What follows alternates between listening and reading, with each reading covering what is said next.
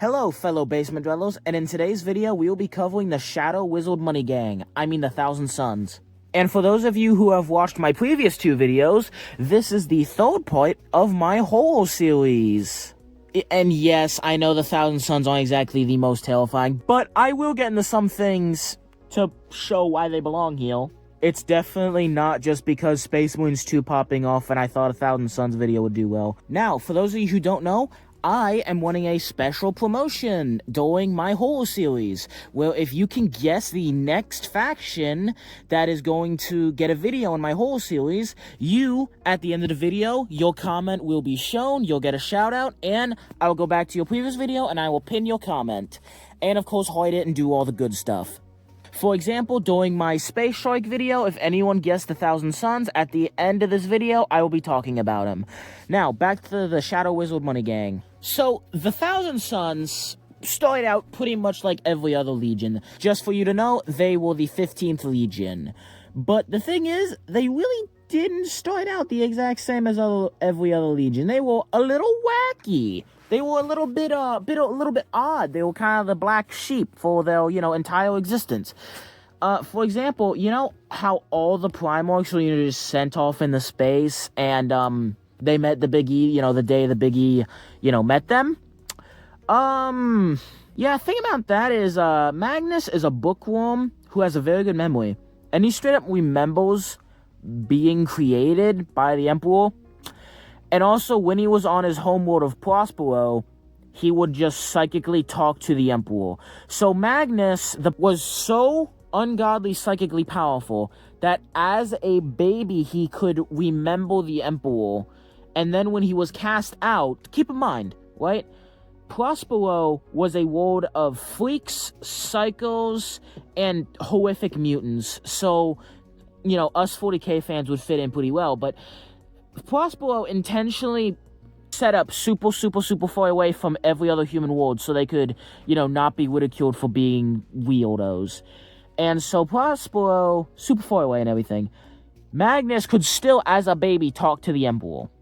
And so the Emperor technically was, closest to Magnus because the two of them were talking for so long. But his Legion, like every other Legion, the Primarchs were cast aside, and the Emperor used their leftover DNA to make their Legion. And these guys were very small Legion. They were by far the smallest Legion. These guys, starting out, were the smallest Legion. Yes, after a little bit, the Emperor's children will become the smallest Legion because of some cancel shenanigans, but at the beginning, these guys were the smallest Legion. The Thousand Suns only had 1,000 sons. And part of this reason is because, A, their gene seed was so ungodly, unstable, and prone to mutation. And also the fact that it would usually reject itself from non-psychic individuals. Like, if you just plop the gene seed into a non-psychic individual, it had a much higher chance of rejection. And for those non-psychic individuals who could use the gene seed, like non-psycho, not psycho at all, they would, for whatever reason, develop massive psychic abilities. Maybe because, the Primarchs are like a blueprint for their Space Marines. Like, Ultramarines are very organized, like to make dad jokes, and have an underlying rage and temper. Salamanders are very kind and love blacksmithing just like their dad. And Magnus could, move planets with his mind and, set entire solar systems on fire with his mind. So the Thousand Suns were pretty potent cycles. But that's not how it started from the get-go, right? The Thousand Suns started as pretty normal Marines. In fact, they were kind of weird. They were kind of the geeky nerds of the Marines. Because they didn't start out with their weird psychic ability. Yes, they did have to mostly recruit psychos because of the rejection rate for non-psychos. But the psychos were really not special at all. Until one day, they just kind of snapped their fingers and they were just able to cast massive lightning. They went from being a Legion of nerds that could barely fire a bolt gun. Like, they looked awkward. Like, Space Marines, when they shoot, it's like they have aimbot on. It's like they have wall hacks. They are like inhuman god killing machines. They have aimbot built in. Thousand Suns were kind of like would hold their boat a little weird. They just weren't really meant for it. But now they were just able to... They would go to a planet, and the entire planet would be covered in a massive rainbow storm of lightning that would have the magical power to either kill every single sick man on the planet, or to open up a lightning storm of death and destruction, raining hell down on the planet. Pretty much a magical exterminatus. I cast exterminatus. It all depended on if the planet would surrender or not. But after a little bit of the Shadow Wizard Money Gang, I'm gonna stop, I'm sorry. Their psychic shenanigans. Now again, all the Space Marine Legions had cycles, most of them, with the exception of, like, the Iron Warriors, Iron Hands, and Emperor's Children. But it was more like, okay, I cast a bit of lightning. I cast, I can, like, weed minds, like, a little bit.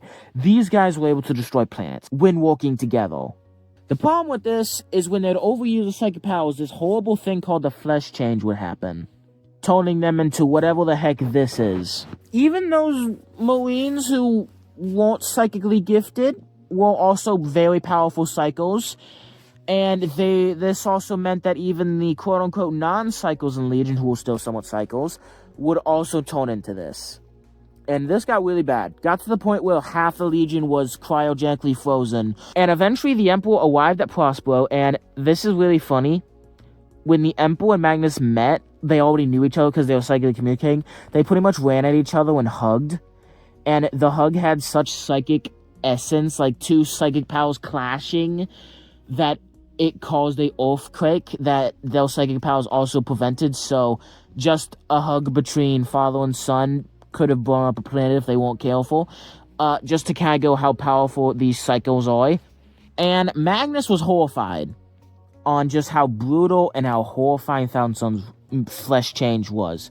Like, flesh change isn't good. Like, they're turning into whatever the hell this is on a regular basis, and it couldn't be stopped. And so Magnus set forth onto Prospero's great libraries to cure the flesh change. And he found nothing.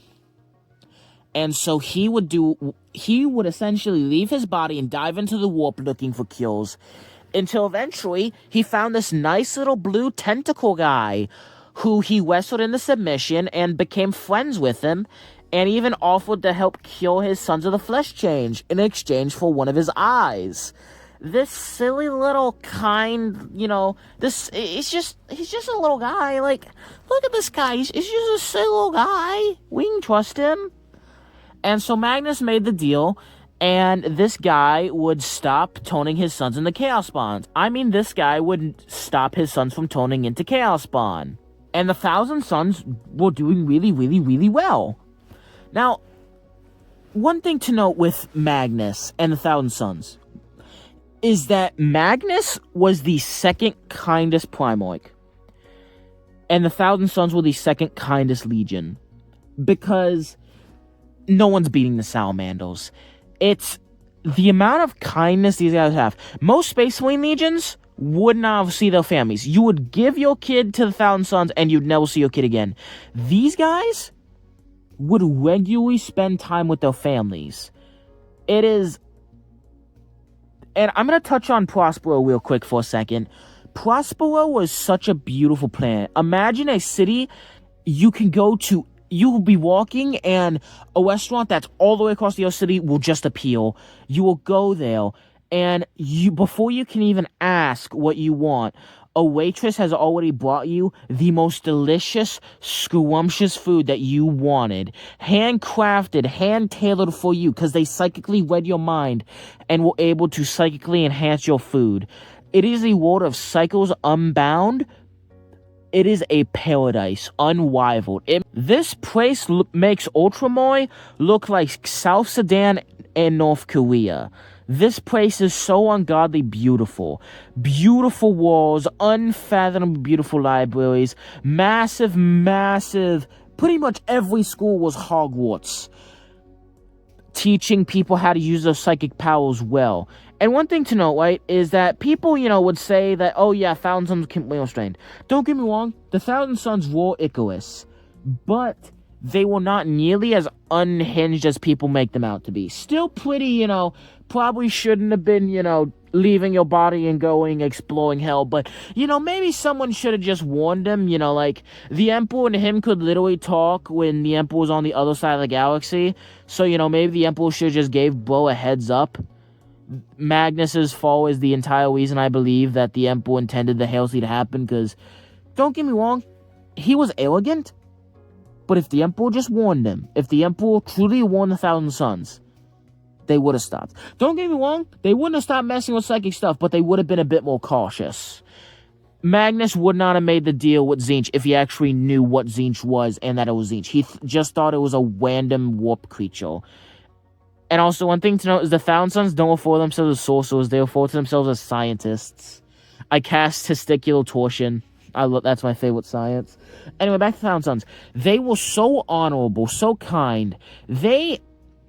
A lot of Space Marines, legions, would keep attacking planets after the planet surrendered, just to A, be a dick, and B, to be like, hey, I offered these guys the surrender, I offered these guys peace, and they didn't take it, so I'm gonna keep bombing their planet, which is fucking stupid and war crimey. Ahriman, Russ, Poltorabo, Conrad. Okay, Conrad didn't keep bombing the planets, but he keeps skinning people. Lionel Johnson, Ferris Manus. These guys, the second a planet would surrender, they would just have a nice negotiation with them and immediately get their hands on the entire world supply of library cards. They would intentionally go after very, very, very old worlds with a lot of knowledge, because these guys love knowledge. If I'm guilty of anything, it is the simple pursuit of knowledge. Until eventually, Magnus had to go on a mission with one of his brothers who was a mentally ill Foley. And this mentally ill, deranged Foley, even though the planet they were conquering surrendered, was still bombing the cities. And so Magnus asked him to stop so he could, explore the libraries. And Ahriman was like, hey, these guys want to fight, we're gonna fight. And so Magnus secured a library and pretty much threatened Ahriman not to bomb it. And Ahriman Russ went down, and the two were about to come to blows. And they actually kind of did come to blows, having those Space Marines kind of get into a bit of a scuffle. Well, one of the Thousand Sons accidentally casted a bit of lightning. Now, keep in mind, they were fighting, but they weren't trying to kill each other. It was just kind of, more to assault dominance, because, whatever. And so, he casted lightning, and he turned into this, and started begging for death. And Ahriman was like, alright, and gave him death. This very, very, very, very, very much pissed off Magnus, and very, very, very, very much pissed off Ahriman, who absolutely hated psychos. Except his wound priests. It's okay if he uses psychic powers. The two were about to come to blows until a third Primarch pretty much yelled at Magnus to go. Just yelled at Magnus, Magnus, get out of here right now. And that's what prevented the two legions from coming to blows, is Magnus pretty much was forced to leave. And so, because there were so many anti-psychos in the Imperium, they now had the backing of two Primarchs who were heavily, heavily anti-psycho. This being Ahriman Russ of the Space Wolves, who was already cautious of Magnus due to his simple nature of being the Emperor's executioner and just being cautious of psychic shenanigans. And, of course, Mortarion, who was just racist. And so, quickly after this, the Council of Nikaea was called. The Council of Nikaea was a massive trial that was pretty much to determine if the Space Marine legions could continue using cycles. Now, most of the Space Marine legions had cycles, but at the same time, most Space Marine legions had stealth units. Not all of them, but most of them did. Banning psychic powers would be like banning stealth from the Raven Guard and asking the Raven Guard to get out there and do a good job. It's who they are. It'd be like banning taxes for the Ultramarines. With most of the Primarchs only being bipartisan, neutral, or only a little bit on one side. There are only two Primarchs who were really, really, really big proponents on banning it and keeping it. The two who were trying to get rid of it, Mortarion, who showed up with a Burger King crown and was saying to get these cycles out of the Imperium. Okay, that's a bit of exaggeration, but... And Ahriman Russ versus Magnus and Kagakai Khan, who was unable to show up. I personally believe this was intentional because he was on the other side of the galaxy. But he did send some of his top cycles, also known as the Storm Seals, to help, Magnus out. Now, this is where Magnus gets a lot of hate. Okay, so this is kind of a sad moment for the Thousand Sons. Because the Thousand Sons and Magnus went to this trial with so much joy and so much excitement because they thought they were going to show the Imperium what they could do and enlighten the Imperium on how cool psychic powers were. Because look at the Imperium. It's not doing too hot. Even back in the Great Crusade during the Imperium's height, there were still starving people. There was cancer. There was still disease. Prospero was a paradise. If they would just get rid of all the regulations on psychic powers, the entire world, the entire galaxy could be Prospero. So they went there with a big smile on their face to show everyone how cool psychic powers were. And they were met with executioners on a hail trigger. The Sisters of Silence and Custodes and other Space Marines were surrounding them, with Ahriman Russ having a sharpened axe on the ready, and Mortarion having his scythe and death guard ready. This was a faux trial. And Magnus, despite this being a fake trial, did something that a lot of people hate, but I actually don't think it was a bad idea. He did a speech, a very ancient speech, that was slightly adjusted, to make it with cycles, on these men in a dark cave who've never seen the light. And one man ventures out of the cave and sees the light. He sees the sun. He sees nature. He sees how beautiful things are outside the cave. And he goes back.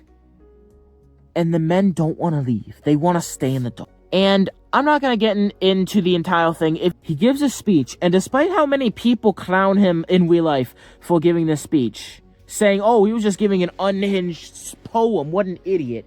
This speech moved people. This speech actually had a lot of anti-psychos wanting to change their mind. This actually changed a lot of minds.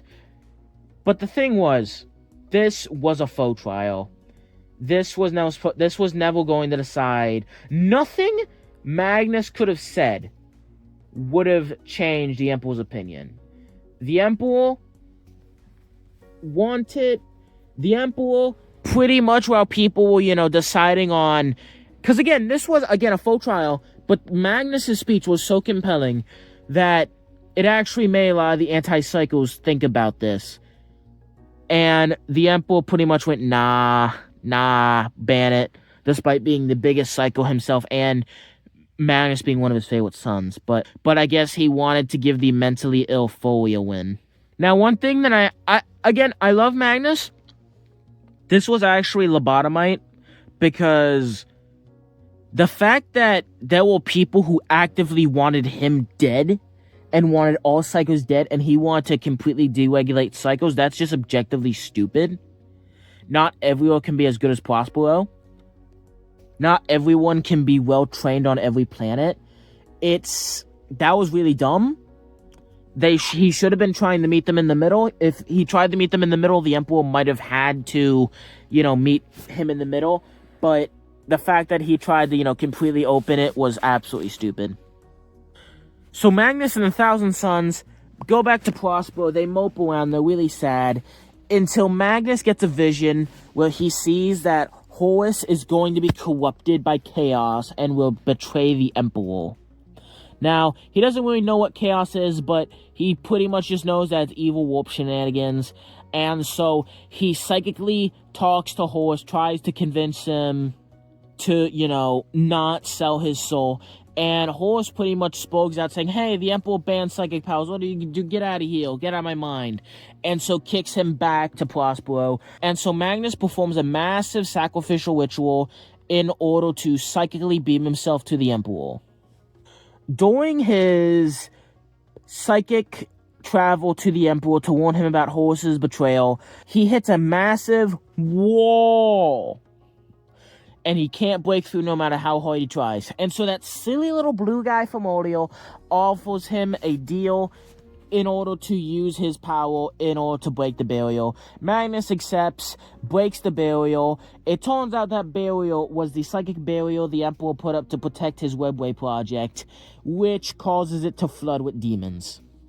And Magnus also appeals, and the custodians immediately start shooting him because he also looks like a demon. And the only one who knows that it's Magnus, not a demon, is the Emperor. And he personally casts him out and pretty much psychically sandblasts his mind, spirit, and soul. Now, one thing to note, Magnus may have only been the second kindest Primarch, but he was by far the most emotional.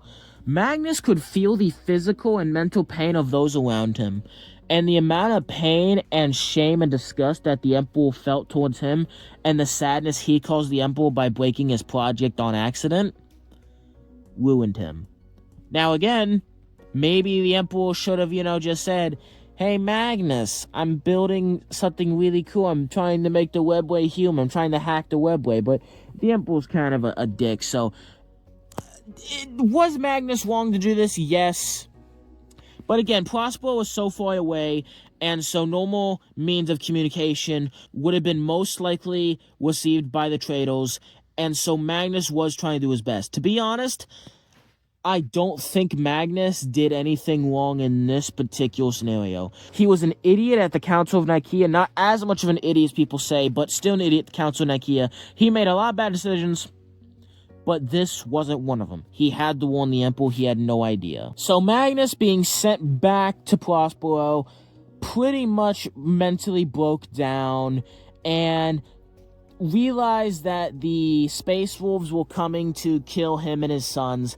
He would psychically kind of shield or stop his sons from learning of the Space Wolves' attack. He would also send the Thousand Sons fleet into the middle of nowhere, sectors away from Prospero, so that way Prospero would be good and easy to pick off. Now the Space Wolves were sent to capture the Thousand Sons, but good old Horus Heresy traitor, who no one knew was traitor at the moment, convinced Ahriman and Russ that the Emperor wanted the Thousand Sons dead and not captured. And Ahriman and Russ, being the Emperor's executioner and absolutely hating Cycles, was a big fan of this. And so the Space Wolves... So again, Magnus didn't tell his son Space Wolves were coming because he knew that the heresy was going to happen, and he knew that if the Thousand Sons fought, they would fight hard and they would go toe-to-toe with the Space Wolves, despite the Space Wolves massively outnumbering them. And so he essentially wanted to nerf his sons, so that way the Space Wolves could body them in one clean sweep. So that way the Emperor wouldn't lose 2 Loyalist Legions. He would only lose 1 Loyalist Legion. And so the Space Wolves come, and they absolutely obliterate the planet. Bombing and nuking and just genociding the entire planet. The Thousand Sons weren't a huge fan of that and began to fight the Space Wolves. And despite the fact that the Space Wolves were burning the planet and killing civilians. Now, keep in mind, if you go to the homeworld of the Imperial Fist and you start killing civilians, that they don't really care. I mean, they're gonna care because, yes, the Imperial Fists are honorable. Yes, they do want to protect civilians, but they don't know them. They're just this different lower class, these servants. The Imperial Fists would only really see it as more of a numbers game. The Thousand Sons were having their families being marched out of their homes and being used as bullet shields. And despite the fact that that these savages came down and killed billions of people, Ahriman and the other Thousand Sons, many Thousand Sons died, because they hesitated and they couldn't pull the trigger on a Space Marine. The very Space Marines who ruined the Thousand Sons Legion, who attacked them and wanted them dead on the Council of Nikaea, and who were now actively killing them, the Thousand Sons, were so honorable and were so merciful that they could barely bring themselves to kill their brothers. And on top of that, they weren't even using their psychic powers. When the Space Wolves wound priests were using psychic powers. So the psychic-hating Primarch was genociding billions of innocent people while using psychic powers against them, while the Psychic Legion were staying honorable to the Council of Nikaea, while Magnus was essentially crying in his tower, begging for death, because again, he was so emotional and he could feel the Emperor's hatred towards him, which broke him mentally. And now he was feeling the deaths of every single citizen and every single one of his sons on Prospero. But eventually, Ahriman and Thousand Sons had enough. They took off their restrictions, and they used their full power. Entire miles of cities were turned into magma, which killed Space Wolves.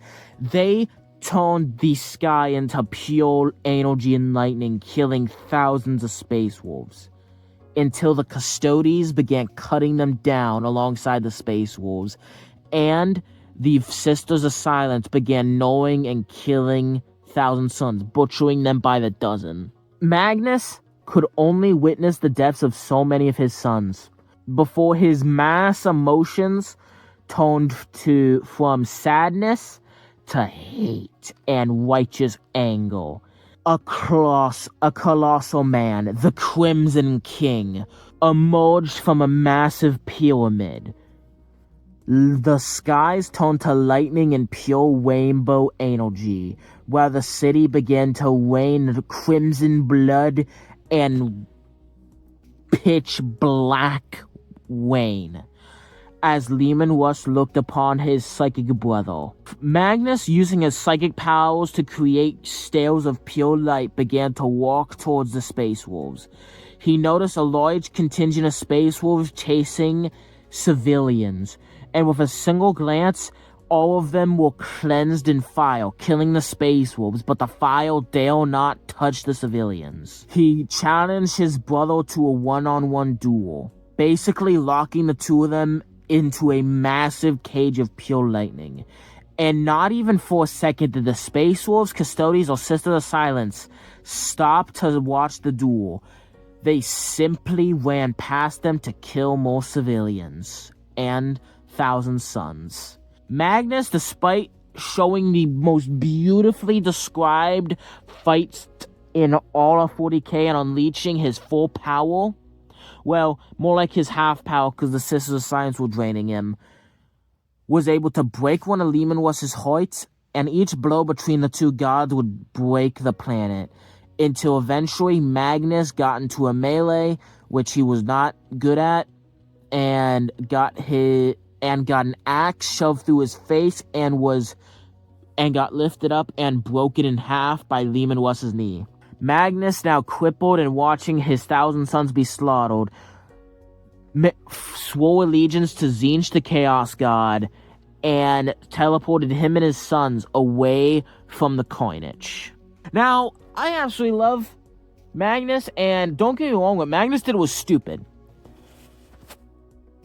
But think about everything you and me have done in our life. We've both made horrible, god-awful, stupid decisions. And flaws make characters better. Being a mindless automaton of pure logic gets boring. And so, Magnus being very flawed is good. Because, was he a dickweed and did he make a horrible decision that killed millions of people? Because, don't get me wrong, right? To the Thousand Sons and to the people Prospero's perspective, the Space Wolves just showed up. Magnus would actively block their vision of seeing the Space Wolves. So, Magnus could have surrendered. But also, Magnus, the warp is pure emotion. And so, of course, the warp Primarch, the Psycho Primarch, would be very emotional. So, was he stupid? Yeah. but does it fit the character? Absolutely. And so Magnus teleported his guys away, and he was broken into shards. Many of these shards having different aspects of his personality. For example, one of these shards was hella arrogant. One of these shards literally just burrowed into an arena and would just fight random people. And one of these, the most powerful shard fled to the Emperor's palace and was pretty much later fed to a Grey Knight. So the Thousand Sons went on a massive fetch quest trying to find the various shards of Magnus, until eventually they were able to reform the Crimson King into this kind of a-hole Magnus. So Magnus was a very kind Primarch, but his most powerful shard and his nobility shard was in the Imperial Palace, so we kind of had the dickhead Magnus. But they still wanted to get his shard back, so they went to the Imperial Palace, where some shenanigans happened. He was unable to get the shard.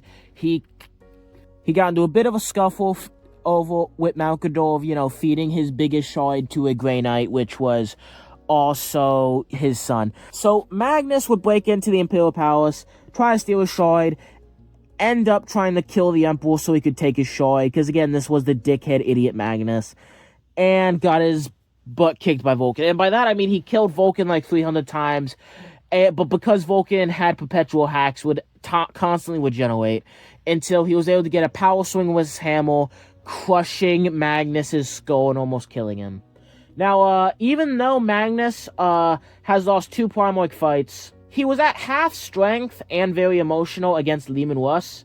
And also, Ahriman Russ had anti-psycho armor on, which would essentially nerf Magnus' psychic powers. So, he was only really going up against a quarter of Magnus' power, because half of it was being taken by the Sisters, and half of the remaining power was being eaten away by Ahriman Russ' armor. So, yeah, he should have won that fight, given the fact that he almost killed Ahriman Russ in that fight. So, if they had fought on fair terms without the Sisters, Ahriman would have gotten bodied. And he straight up killed Vulcan like 300 times, and it took him 300 tries to beat him. Keep in mind, that's not 300 attempts. Each time Magnus would be a bit more tired, right? Now, anyway, back to the main story. So, being all battered and bruised by Vulcan's hammer, he would then finally fully submit to Tzeentch and become a Demon Prince, where he would kill Vulcan again, and then the same back and forth would happen, where Vulcan would eventually banish him. Now, the Thousand Sons were never really a big fan of heresy, because again, even though Thousand Sons are massive dickheads now, they're still kind of honorable. Like, they're really not going to be messing with the average dude, right? Like, if you're a World Eater, Iron Warrior, geez, you really don't want to be a pregnant woman around an Iron Warrior. Like, they're going to screw at you. They're haters. Like, all the Trader Space Marines are haters. And don't get me wrong, Thousand Sons have become haters, but they're still way less of a dickhead than all the other legions. Than all the other Trader Legions. And so, the Flesh Change became even stronger now that the heresy was over, and Magnus, who was able to use his psychic powers to pull his planet into the Eye of Terror. Yeah, Magnus really should have won every fight he's been in, because, I would like to see Gilliman tax his way into using his mind to move a whole-ass planet into hell. And pretty much, so the Flesh Change was getting really bad, and all women in the Earth and a big group of Thousand Sons were becoming much more independent and thinking Magnus did a crappy job. Which, I mean, to an extent he did, but given how emotional Magnus can be, again, the burning of Prospero, the events that happened in the burning of Prospero were really bad. Magnus handled it poorly, but it fits his flawed character. Where all women would perform a massive ritual to reverse and stop the Flesh Change affecting the Legion.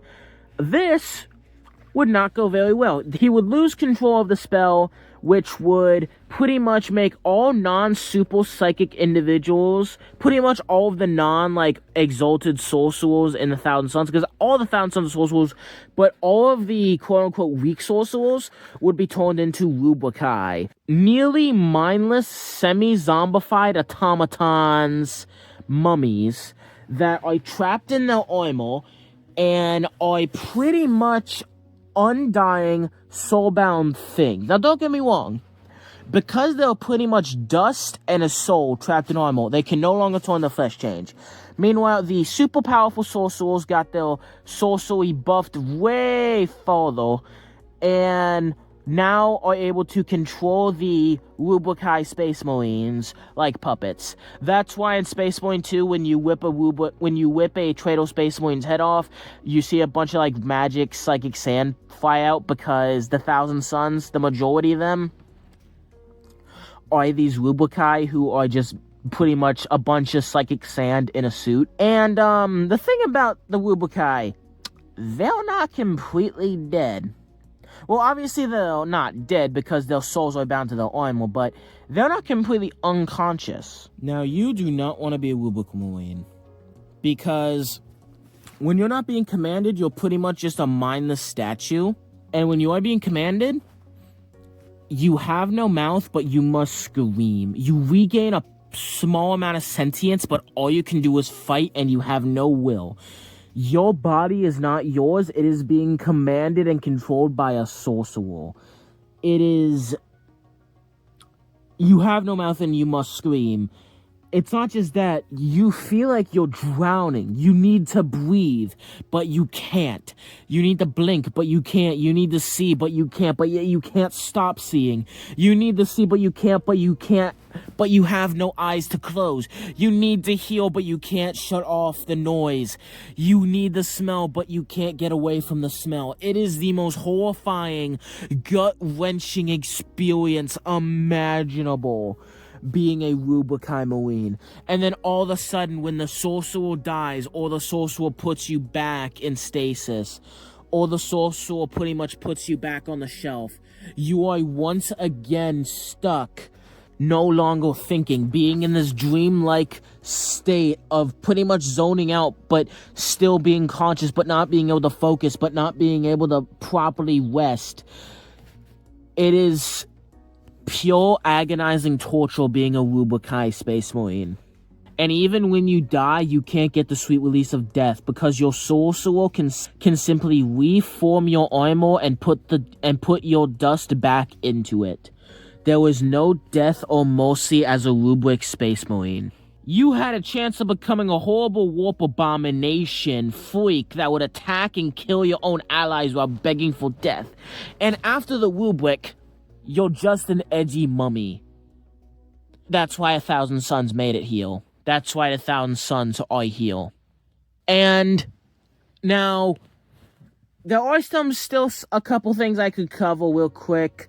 Currently, Magnus fought Gilliman. He lost. He pretty much got jumped by literally thousands of Sisters of Silence, because Gilliman was able to lure him to the moon.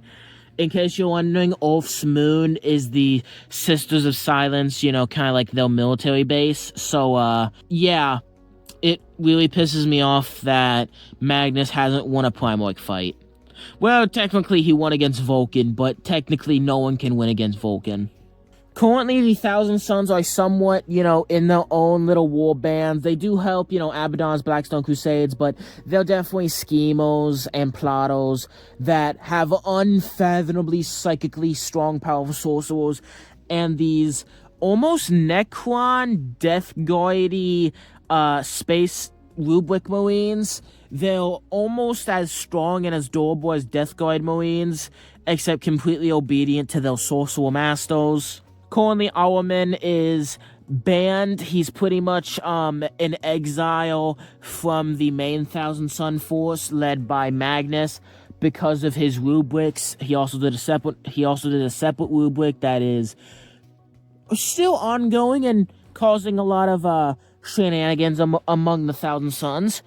And yeah, he's trying to bring the 1,000 Suns back. He's trying to reverse the rubric, because at first they're like, hey, us big boy sorcerers are no longer turning in the Chaos Bond, and all the weaker sorcerers who would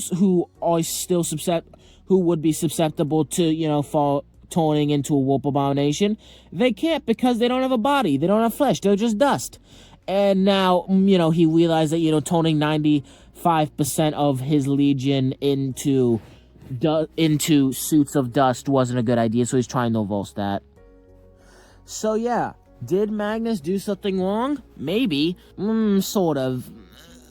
Most things are not black and white. Most things are gray. The Emperor probably should have warned him. But also, Magnus probably shouldn't have done those. But also, Magnus shouldn't have been such a dickhead. Now, currently, most of the actual, remaining, sorcerers of the Thousand Sons, with the exception of Ahriman, who's trying to roast the rubric, are just trying to get enough favor from Tzeentch to be ascended of the Demon Princehood. That's also the spoiler alert for Space Marine 2. Spoiler alert for Space Marine 2. That's also the main reason why the sorcerer in Space Marine 2 is trying to kill Manius Koigoi, because this would give him pretty much enough clout to ascend to be a demon prince. Given how powerful and mutated he was, and how much of a force he was commanding, and not to mention the fact that it pretty much said, yeah, he was about to become a demon prince. Yeah, he was real close. Also, is no one talking about how the sorcerer, the main sorcerer from Space Marine 2 straight up had a domain expansion, and how funny that was? So yeah, he was trying to get a favor. He was trying to kill Manius to become a hero of Tzeentch, so that way he could ascend to become a demon prince, which probably would have worked if it wasn't for those meddling ultramarines. Currently, that's what most of them are doing, because they're still obsessed with collecting knowledge, and if you're an immortal prince of the god of trickery and knowledge, then you can have as much knowledge as you want. Currently, the Thousand Sons aren't doing too well numbers-wise, mainly because there's that, whole civil war going on between Ahriman and Magnus, and, anytime a Thousand Son sorcerer dies, that's permadead. If a rubric dies, it's a pain in the butt, but you can reform them, and it's really hard to kill rubric. If a sorcerer dies, you're kind of screwed. They do sometimes, because of their low numbers, they do have a lot, and I mean a lot, of demons serve under them, alongside chaos cultists, and, whole chaos armies serve under them. And sometimes they'll just pump a random chaos sorcerer full of warp juice, and if he survives, they'll ascend him into becoming a Space Marine. One thing to note is Thousand Sons, due to the fact that they can psychically manipulate flesh, this is something they could do even before they fell to chaos, they can recruit adults. They are the only legion that can make full Space Marines out of adults. And so, yeah, Thousand Sons are currently split up into 9 main warbands, because Tzeentch's favorite number is 9, and they're relatively divided, mostly in the 2 groups, but it's mostly 2 groups, but then there's literally hundreds of groups, and there's not a whole lot of these guys, by the way, that are kind of doing their own thing. But because Magnus is actually doing stuff and not sitting on the couch, a lot of them have been coming to Magnus's banner. This has also grown the opposition, and many are fled to Ahriman's banner. And so, yeah, Thousand Sons are currently split up into 9 main warbands, because Tzeentch's favorite number is 9. And they're relatively divided, mostly in the 2 groups, but it's mostly 2 groups, but then there's literally hundreds of groups, and there's not a whole lot of these guys, by the way, that are kind of doing their own thing. But because Magnus is actually doing stuff and not sitting on the couch, a lot of them have been coming to Magnus's banner. This has also grown the opposition, and many are fled to Ahriman's banner. Anyway, I really hope you enjoyed this video. Thank you so much for liking and subbing. I really love the Thousand Sons. They're one of my favorite factions aesthetically and, story-wise. And given the fact that A, they're spooky mummies, B, they're horrible, horrible warp abominations, and 3, Space Marine 2 is probably going to make this Thousand Sons video really pop off. That's why I decided to pick it. Thank you all for watching my video. Please make sure to like, subscribe, do everything the Chaos Gods YouTube love. Please leave a comment on what you think the next faction I will cover in my whole series is. If you are able to get it correctly, like let's say, for example, the next faction I would cover were the Flippy Dippy Sigma Marines, you would get your comment pinned, liked, everything, and you'd be getting a shout out. So please leave your thoughts on what the next faction I will cover is. Thank you so much for watching, and I will catch you next week.